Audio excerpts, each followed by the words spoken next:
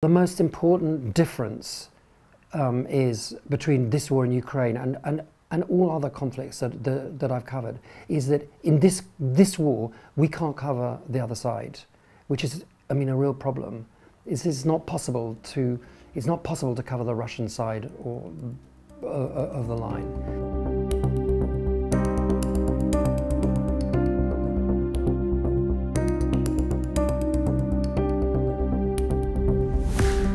I mean, you know, coming back to the Balkan Wars, you know, in Sarajevo, during the siege of Sarajevo, you could be having a coffee and talking to people in Sarajevo under siege in the morning, and talking to people on the other side of the line, Serbs besieging Sarajevo, you know, a few hours later.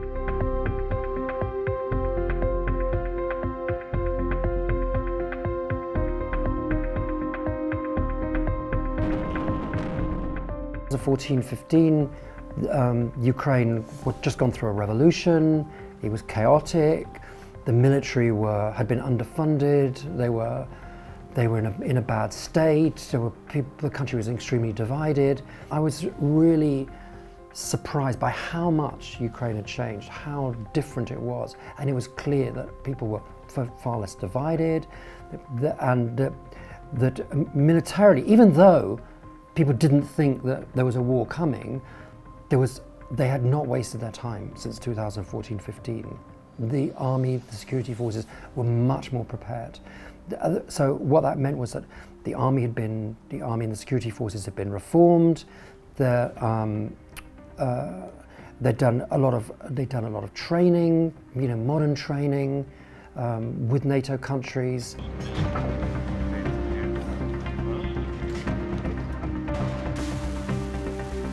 I've just been there, and I went, so just a couple of weeks ago, I went to the east. I was in quite close to the front, and I went to speak to soldiers and commanders, and I spoke to a couple of really, you know, senior people in the east, and I said, there's reporting that the Russian offensive is coming. You must be worried about this. And they go, nah. And they go, well, you know, they're conscripts, they're badly trained, or they're convicts, like with Wagner. They just were not taking them very seriously.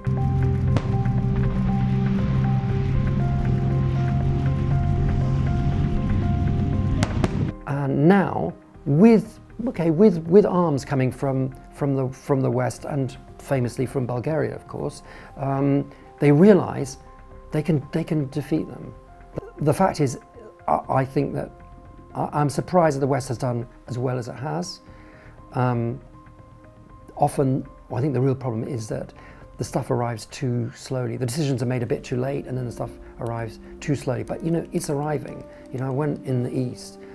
You could see it. You know, you ask soldiers, well, you know, what's this? They go, oh yeah, that's a German howitzer delivered to us by the Dutch army, and here's a car that we got which has come from Ireland with Irish number plates, and this is a drone built half with imported parts and half with Ukrainian parts.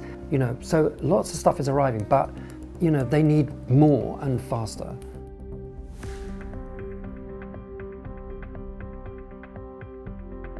Bulgaria, as we now know, was absolutely crucial in arming the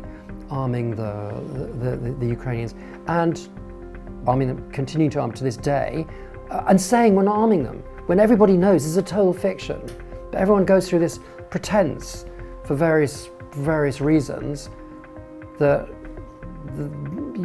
you're not doing what other countries are doing, and you know as far as I understand it, you know, the Ukrainian army is running on Russian oil refined here in Burgas into diesel, which goes in major part probably certainly to the Ukrainian army, which is then using it to kill Russians. I mean, it's kind of grotesque, but I mean, that's what's happening.